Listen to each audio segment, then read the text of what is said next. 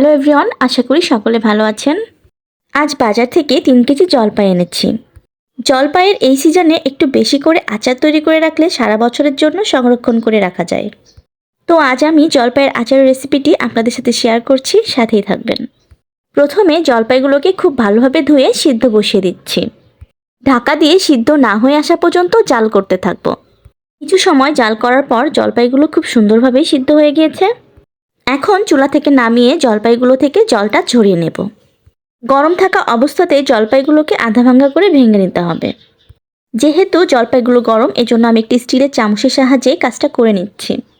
এখানে আমি সম্পূর্ণ জলপাইগুলোকে আধা ভাঙা করে ভেঙে নিয়েছি। তো এখন আমি পরবর্তী স্টেপে যাচ্ছি।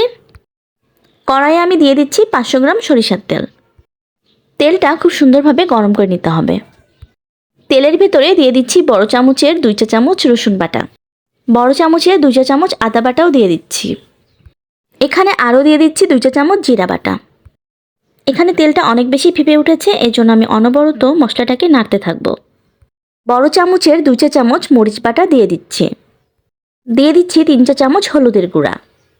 মশলাটাতে এত সুন্দর একটা কালার এসেছে, দেখেই মনে হচ্ছে এখনই খেয়ে ফেলি। লবণ দিয়ে দিচ্ছি স্বাদ মতো। এখন মশলাটা থেকে কাঁচা গন্ধ না যাওয়া পর্যন্ত খুব ভালোভাবে মশলাটাকে কষিয়ে নিতে হবে। তো আমার মশলাটা কষানো হয়ে গিয়েছে। এখন আমি জলপাইগুলোকে মশলার ভেতরে দিয়ে দিচ্ছি। মশলার সাথে জলপাইগুলোকে খুব ভালোভাবে মিশিয়ে নেব। যেহেতু জলপাইগুলো আগে থেকে সিদ্ধ করা, তাই খুব বেশি সময় এটা রান্না করার প্রয়োজন নাই। এ পর্যায়ে আমি আচারের ভেতরে দিয়ে দিচ্ছি বড় কাপের 1 কাপ চিনি। চিনিটা আচারের সঙ্গে মিশিয়ে নিচ্ছি।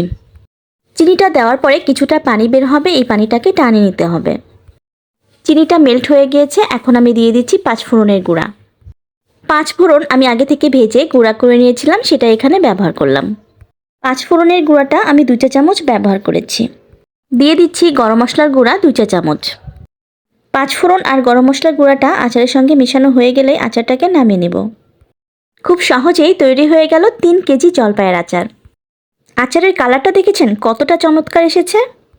আমি তো নিজেকে সামলিয়ে রাখতে পারছিলাম না, কিছুটা তুলে খেয়ে ফেলেছি।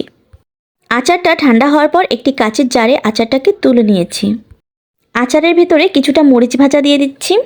আচারের ভেতরে এভাবে মরিচ ভেজে রেখে দিলে মরিচটা খেতে কিন্তু খুবই ভালো লাগবে। আচার দিয়ে পুরো জারটাকে ভরে নিচ্ছি। এ পর্যায়ে আচারের উপরে তেল দিয়ে আচারটাকে ডুবিয়ে রাখবো। এভাবে আপনারা কাচের বয়মে জলপাইয়ের আচার সংরক্ষণ করে রাখতে পারবেন সারা বছরের জন্য। 3 কেজি জলপাই আমি 3টি বয়মে সংরক্ষণের জন্য রেখে দিয়েছি। মাঝে মাঝে আচারটাকে রোদে দিতে হবে, তাহলে আচারগুলো খুবই ভালো থাকবে। সবাই ভালো থাকবেন। আজ এই পর্যন্ত। Like, share and subscribe my channel. Thank you everyone.